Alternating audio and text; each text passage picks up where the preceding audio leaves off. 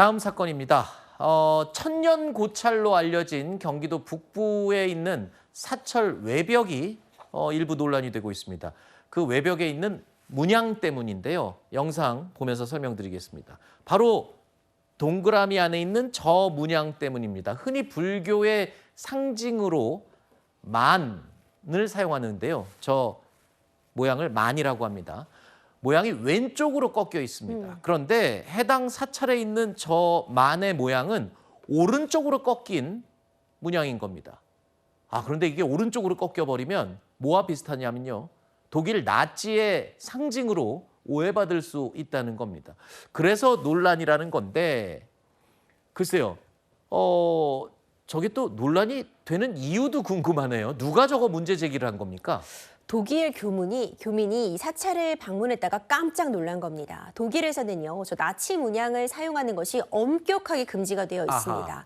그런데 지금 만자를 우로 돌리고, 그러니까 우만자처럼 보인 다음에 조금 방향을 틀면 나치 상징 문양이기 때문에 독일에서는 절대 사용하지 못하도록 되어 있는데 이 사찰을 가보니까 마치 우만자처럼 되어 있는 걸 확인하고 어떻게 이런 일이 일어난 것이냐 이야기가 나온 거죠. 아니 그런데 그거야 독일에서 불법인 거지. 우리나라에서야 뭐 저걸 보고 나치라고 곧장 떠올리는 사람이 얼마나 있을까 싶어요. 사찰 관계자는 뭐라고 설명하고 있고 이게 왜 바꿔야 된다, 문제가 된다라고 설명을 하고 있는 겁니까? 사실 요즘 템플 스테이가 굉장히 인기이기 때문에 네. 외국인 분들도 많이 이런 사찰들을 방문하게 되는데 네. 그러니까 오해의 소지는 없었어야 된다는 부분이 또 힘을 받고 있습니다. 네. 다만 사찰에서는 예전부터 이렇게 되어 있던 것이라 정확한 그 사실관계는 모르겠지만 지금 보시면 가운데가 뚫려 있는 걸 확인하실 수 있을 네네. 거예요. 그러니까 사찰 안에서 바라봤을 때의 모양과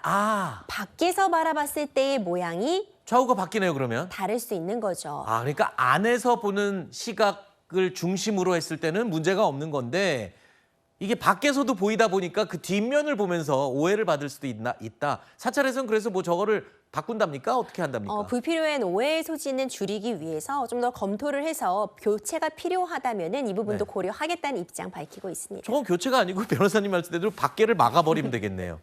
그렇잖아요. 여러 가지 방안들이 좀 고려될 필요가 있는데 네. 외국인들 입장에서는 이게 놀랄 수도 굉장히 있겠네요. 불쾌감을 줄 수도 있거든요. 좀 주의는 필요해 보입니다.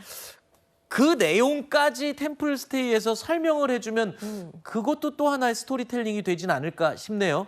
뭐 그 자체를 누가 안 좋게 본다고 해서 없애버리는 것보다는 그런 사연을 얘기를 해주는 것도 또 하나의 재미 요소가 되지 않을까 싶습니다.